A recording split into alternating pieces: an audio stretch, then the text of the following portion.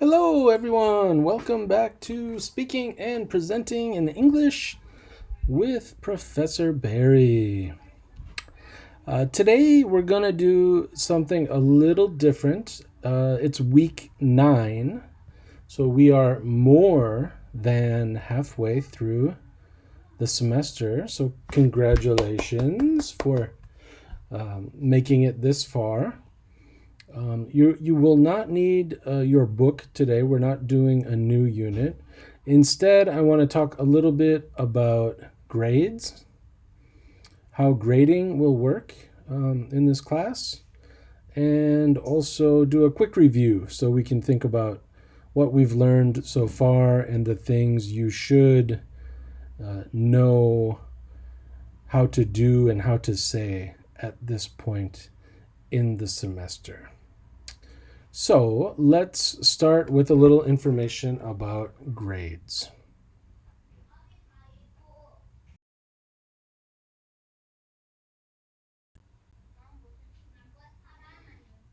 Okay, for grades. Gimcheon University has a rule where if there are more than 10 students in a class, the class has relative grading. And this just means that not every student can get an A or a B. There's a percentage of students who can get A's and B's in a class. And it's easiest to see this, understand this, if we look at this pie chart here.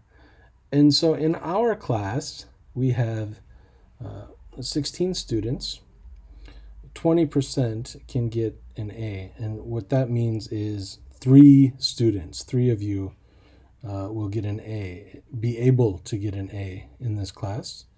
40% can get a B, so that would leave 6 students in this class. And then the rest would be 7 students. This doesn't mean that there will be students getting a D or F, but not everyone can get an A or B. So, for example, we might have 3 A's, 6 B's, and 7 C's. That might be possible. So this might make you a little nervous, and you might be wondering how you can get an A or a B. And there are a few things you can do to help yourself.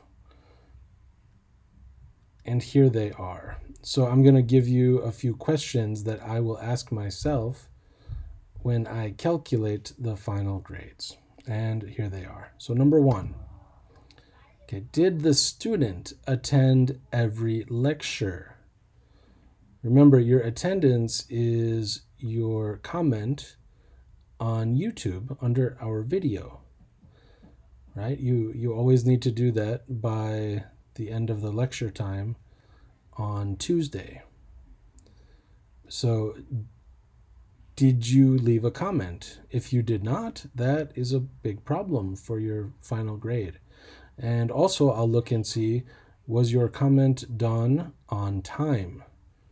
Right, so you lose points if you did not leave your comment on time. So that is the attendance part. Next, we have our homework assignments. So your weekly presentations that you do, you submit them on Friday, right? Every Friday, your presentation is due. And so next I'll be looking at, did you do every homework assignment? And did you send it to me on time? Okay. So if you attended every lecture and were on time, and if you did every homework assignment and were on time, then you are in a good position. What else will I consider? Well, I'll also look at effort. If 4 students, for example, let's just do this for example, let's say 4 students attended every lecture on time and did every homework assignment on time. So then I would have 4 students who could get an A, but I can only give 3 A's. So next, what am I going to do?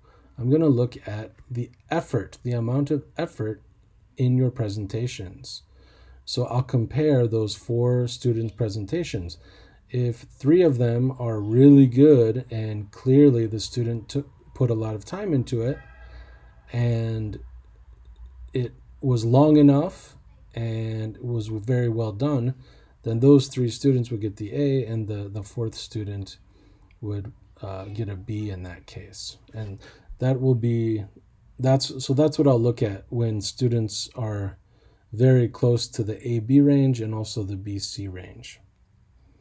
All right. If you miss a class or are late or miss an assignment or are late, it will probably be impossible to get an A.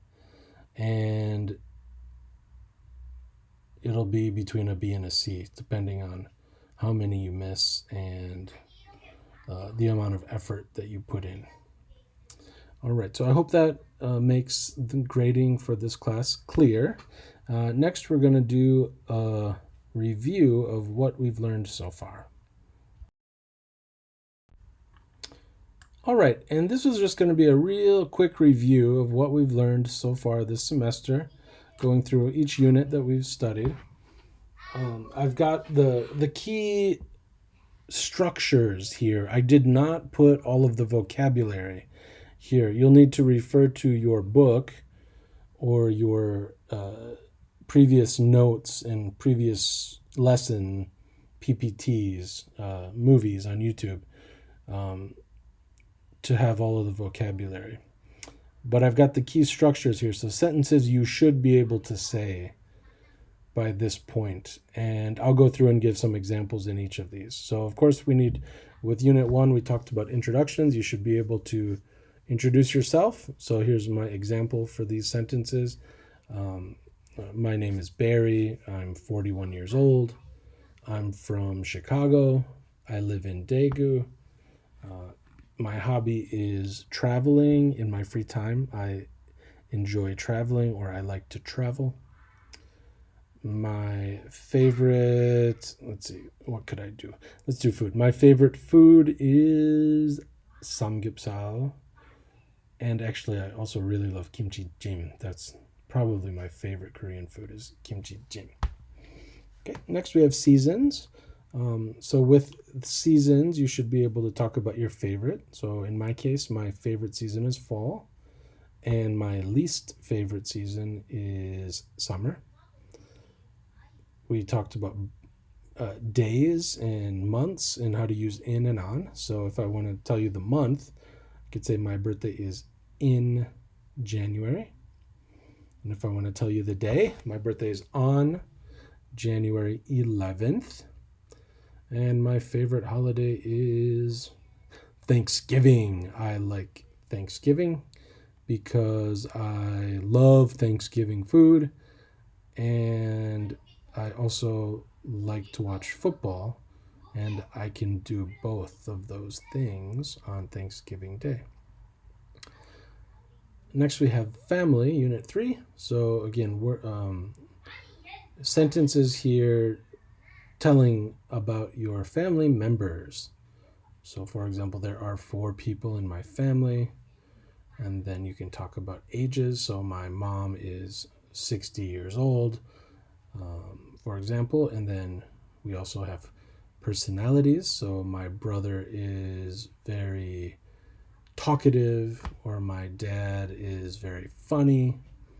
And then you can talk about what they enjoy, what they like to do for their hobbies. So my mom loves to work in her garden, or my father enjoys reading, or my brother is a big fan of K-pop, for example. Okay, then we'll move on to the next section.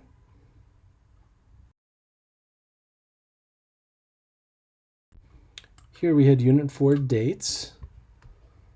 For example, my dream date consists of, and then you would say what you did, what you want to do. So my dream date consists of dinner and a movie.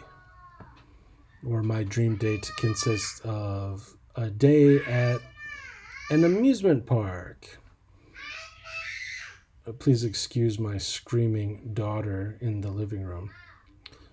Then we also studied these sort of transition words to describe steps or what you're going to do first and next.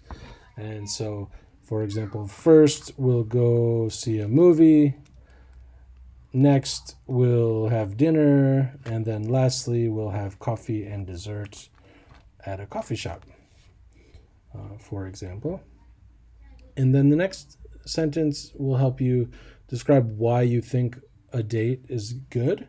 So, for example, I think a movie is good because we can enjoy the movie and not have to talk too much. Or I think going to an amusement park is good because there's lots of fun things to do.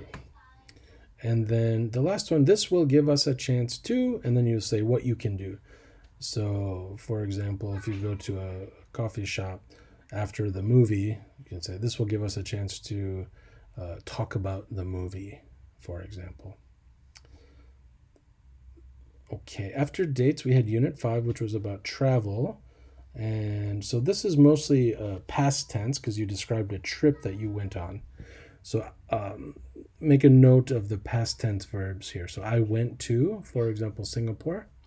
I stayed there for maybe 5 days or 6 days. In Korean, you generally say like the number of days and nights, right? So like 1박 2일, but that sounds a little strange in English, so you don't need to say that. We usually just pick one, like days. So I was there for 5 days. If you say days and nights, it sounds a little awkward in English. The next one we can use to talk about a hotel. So I stayed in a hotel, or I stayed at the Marina Bay Sands, for example. And there are so many things to do in Singapore. I flew there, so I traveled by plane. I flew there from Incheon, or I flew there from Daegu, or I flew there from Busan. And I had an amazing time. I had a great time in Singapore. Then in Unit 8, we talked about rooms and a house. So your favorite room and what's in it. So my favorite room is my living room. If there's one thing you're going to talk about, there is. So there's a sofa, or there are plants, there are flowers by the window. And you can also use it has to describe what's in the room. So it has floor to ceiling windows, for example.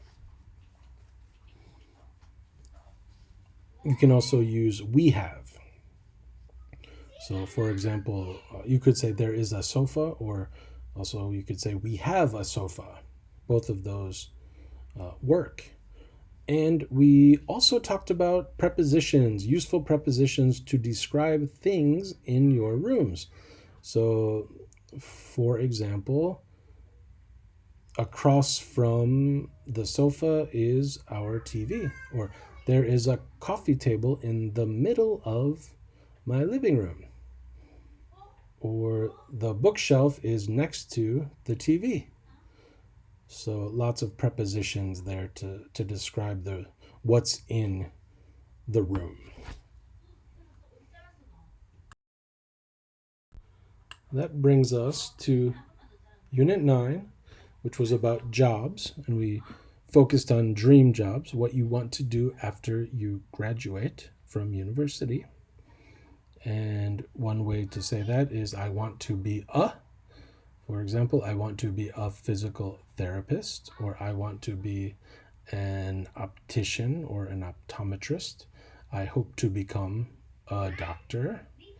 And then you'll notice the next examples have an S at the end, because now you're going to use the job and make it plural, add that S to talk about all people who do that job. So, for example, pilots need a lot of training, or pilots have to be good at math. or government workers spend most of their time in an office, or pilots spend most of their time in planes or airports. Okay, the next one is your work environment. So physical therapists work in hospitals, for example. And then we talked about money. So pilots earn maybe 150 million won per year. And then finally, that's why I want to be a pilot, or that's why I want to be a physical therapist. When you explain the reason you want to do that job. And last week we did Unit 10, which we did not actually use the book for. If you remember, I changed everything in that unit to focus in on TV shows. And so the important things from that unit are talking about words like series. So my favorite series is Breaking Bad. And then you're going to talk about the genre. For example, it's a thriller. Or I binge watched, let's see, last weekend I binge watched Money Heist on Netflix. I'm really into Better Call Saul these days. I watch that every week. My friend is hooked on, let's see, what is my friend hooked on? My friend is hooked on Friends, the sitcom Friends. And then when you want to say who the actor's name, who is in a show, you use in, right? So, for example, David Schwimmer is in Friends. And then we have the word seasons here to talk about how many seasons a show has. I think I said that Breaking Bad has 5 seasons, and each season has about 7 episodes. And then we use the preposition on to describe where the show appears, how you watch it. So maybe it's on Netflix, maybe it's on a TV channel like NBC, or maybe it's on YouTube.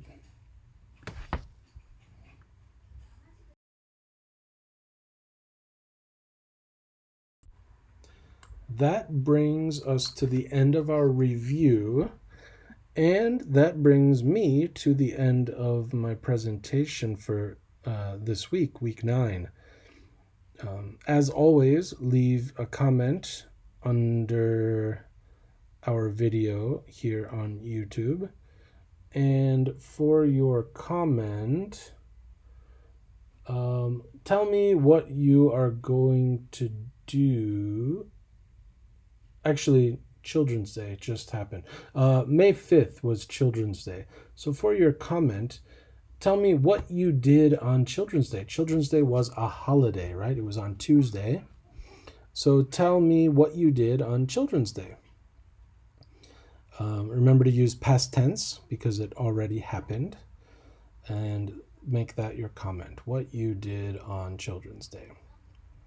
And I have good news for you because this is a review week and because you've done such a great job so far. I'm very proud of the hard work that you're doing with your presentations. So there is no homework this week. No homework, no presentation to do. After you watch this lecture and leave your comment about what you did on Children's Day, you are done for the week. So enjoy your extra free time, and I'll see you again back here next week with the new unit. So until then, bye-bye.